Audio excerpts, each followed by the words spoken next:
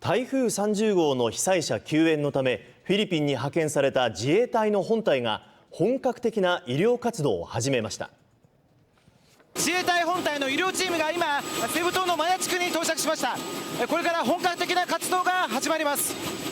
22日にレイテ湾周辺に到着した自衛隊本隊の医療チームは今日午前、被害のひどかったセブ島北部のマヤ地区に入りました。その後、必要な物資を運搬し、町内の学校に仮設診療所を作りました。